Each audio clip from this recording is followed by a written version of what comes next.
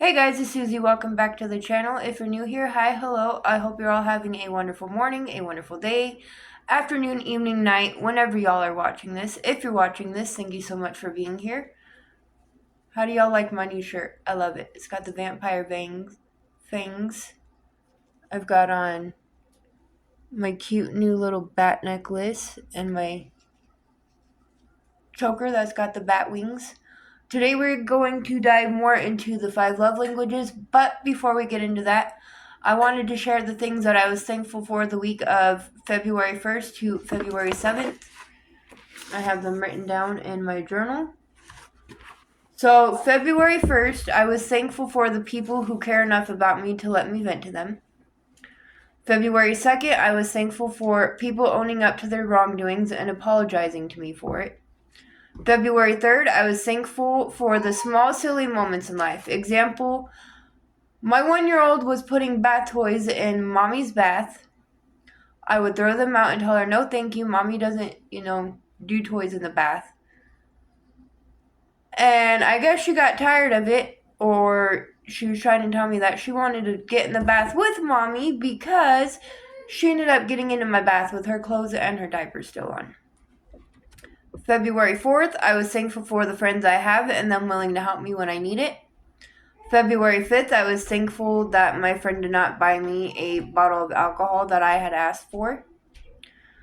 February 6th, I was thankful that my Harley baby thought of me and made mommy a Valentine's Day card at school. Absolutely loved it, made my whole freaking day. And then February 7th, I was thankful that day and every day for my baby girls, my Harley May and my Joy Scale. Anyway, now that we got that taken care of, let's get into the 5 love languages. And this is Chapter 3, Falling in Love. She showed up at my office without an appointment and asked my assistant if she could see me for 5 minutes. I had known Rachel for 18 years. She was 36 and had never married. From time to time, she had made appointments with me to discuss a particular difficulty in one of her dating relationships. She was by nature a conscientious, caring person, so it was completely out of character for her to show up at my office unannounced.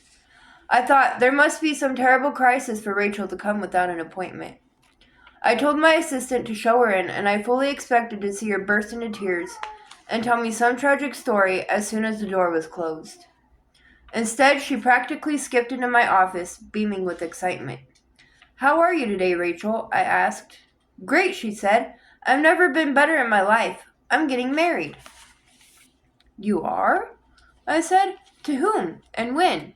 "His name is Ben," she said. "We're getting married in September." "That's exciting. How long have you been dating?" 3 weeks. I know it's crazy, Dr. Chapman. After all the people I have dated, and the number of times I came so close to getting married, I can't believe it myself. But I know Ben is the one for me. From the first date, we both knew it. Of course, we didn't talk about it on the first night, but 1 week later, he asked me to marry him. I knew he was going to ask me, and I knew I was going to say yes. I've never felt this way before. About the relationships that I have had through the years and the struggles I have had. In every relationship, something was not right. I never felt at peace about marrying any of them. But I know that Ben is the right one. By this time, Rachel was rocking back and forth in her chair, giggling and saying, "I know it's crazy, but I am so happy. I have never been this happy in my life." What has happened to Rachel? She has fallen in love. In her mind, Ben is the most wonderful man she has ever met. He is perfect in every way. He will make the ideal husband. She thinks about him day and night. The facts that Ben has been married twice before, has 3 children, and has had 3 jobs in the past year are trivial to Rachel. She's happy, and she is convinced that she is going to be happy forever with Ben. She is in love. Most of us enter marriage by way of the in-love experience. We meet someone whose physical characteristics and personality traits create enough electrical shock to trigger our love alert system. The bells go off, and we set in motion the process of getting to know the person. The first step may be sharing a hamburger or steak, depending on our budget, but our real interest is not in the food. We are on a quest to discover love. Could this warm, tingly feeling I have inside be the real thing? Sometimes we lose the tingles on the first date. We find out that he spends time on crackpot websites or she attended 6 colleges and the tingles run right out of our toes. We want no more hamburgers with them. Other times, however, the tingles are stronger after the burger than before. We arrange for a few more together experiences, and before long, the level of intensity has increased to the point where we find ourselves saying, I think I'm falling in love. Eventually, we are convinced that it is the real thing, and we tell the other person, hoping the feeling is reciprocal. If it isn't, things cool off a bit, or we redouble our efforts to impress and eventually win the love of our beloved. When it is reciprocal, we start talking about marriage because everyone agrees that being in love is a necessary foundation for a good marriage. The Inner Room of Heaven. At its peak, the in love experience is euphoric. We are emotionally obsessed with each other. We go to sleep thinking of one another. When we rise, that person is the first thought on our minds. We long to be together. Spending time together is like playing in the Inner Room of Heaven. When we hold hands, it seems as if our blood flows together. We could kiss forever if we didn't have to go to school or work. When we embrace, time seems to stop. The person who is in love, we'll call her Jen, has the illusion that her beloved is perfect. Her best friend can see the flaws. It bothers her how he talks to Jen sometimes, but Jen won't listen. Her mother, noting the young man seems unable to hold a steady job, keeps her concerns to herself, but asks polite questions about Ryan's plans. Our dreams before marriage are a marital bliss. We are going to make each other supremely happy. Other couples may argue and fight, but not us. We love each other. Of course, we are not totally naive. We know intellectually that we will eventually have differences, but we are certain that we will discuss those differences openly. One of us will always be willing to make concessions and we will reach agreement. It's hard to believe anything else when you are in love. We have been led to believe that if we are really in love, it will last forever. We will always have the wonderful feelings that we have at this moment. Nothing could ever come between us.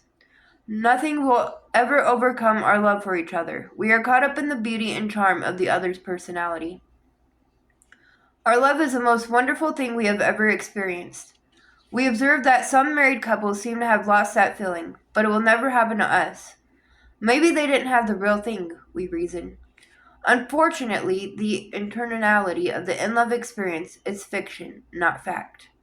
The late psychologist Dr. Dorothy Tinov conducted long-range studies on the in-love phenomenon. After studying scores of couples, she concluded that the average lifespan of a romantic obsession is 2 years. If it is a secretive love affair, it may last a little longer.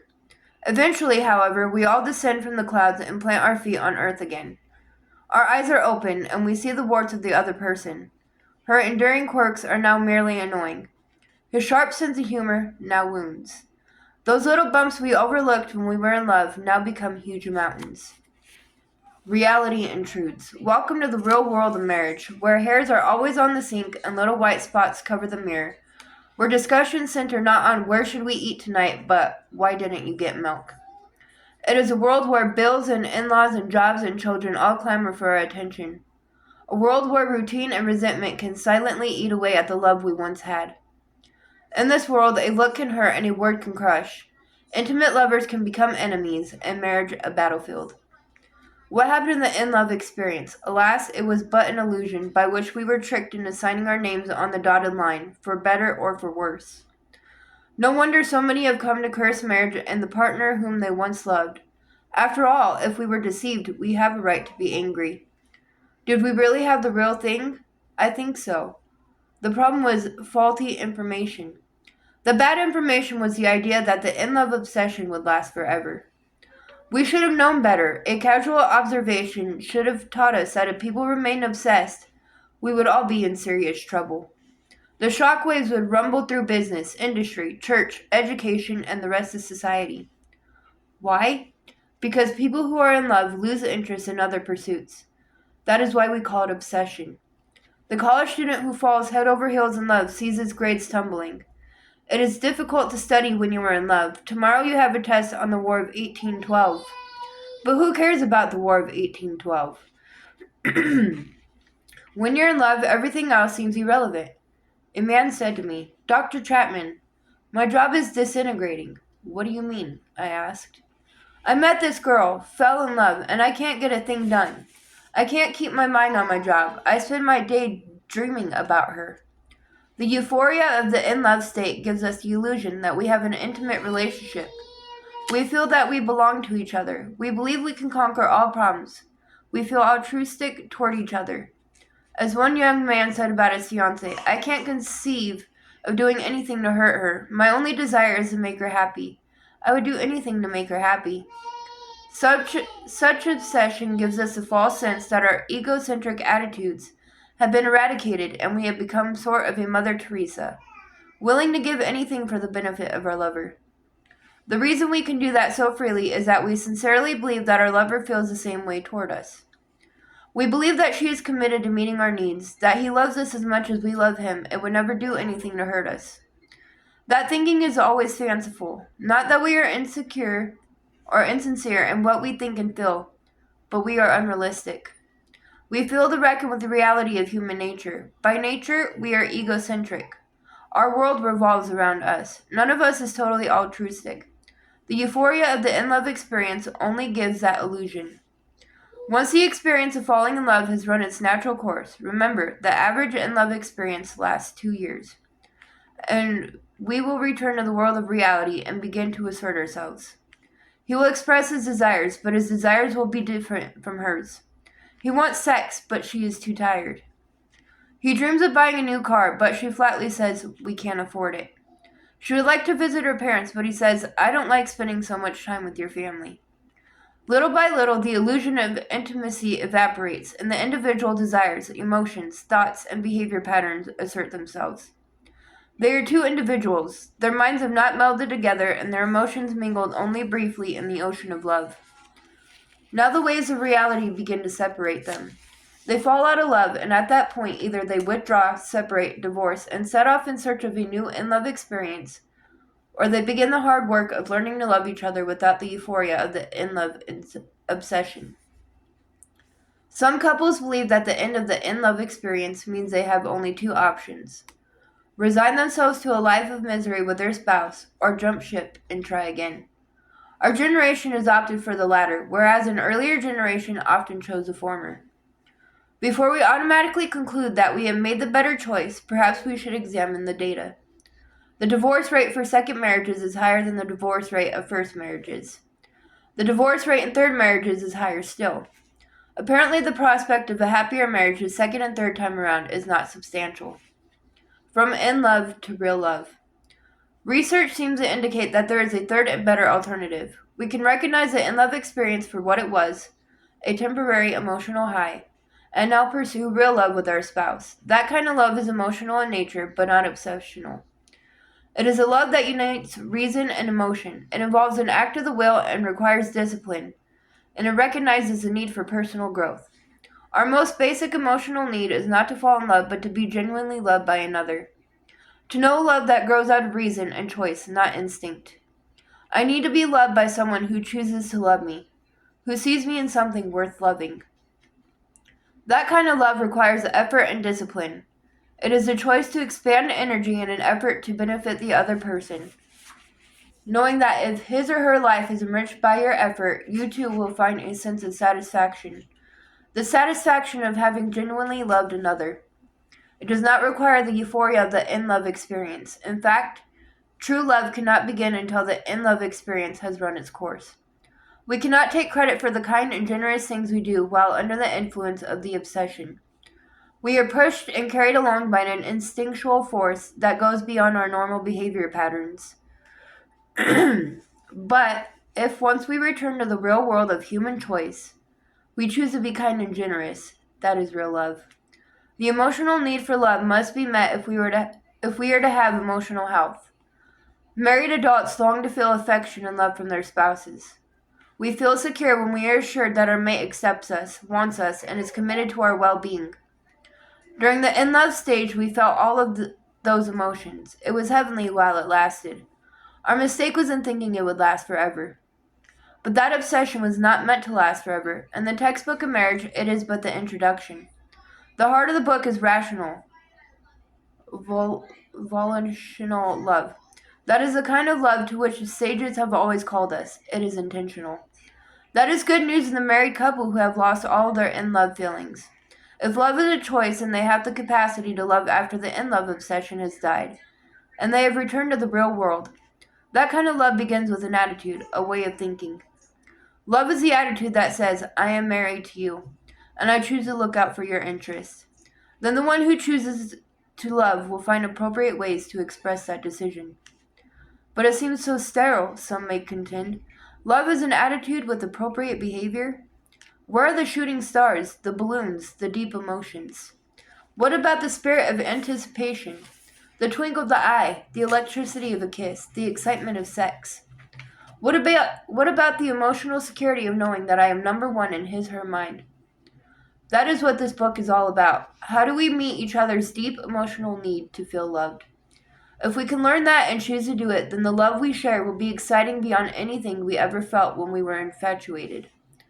For many years now, I have discussed the 5 emotional love languages in my marriage seminars and in private counseling sessions. Thousands of couples will attest to the validity, of what you are about to read. My files are filled with letters from people whom I have never met saying, a friend pointed me to your website, where I saw your lecture on the love languages, and it has revolutionized our marriage.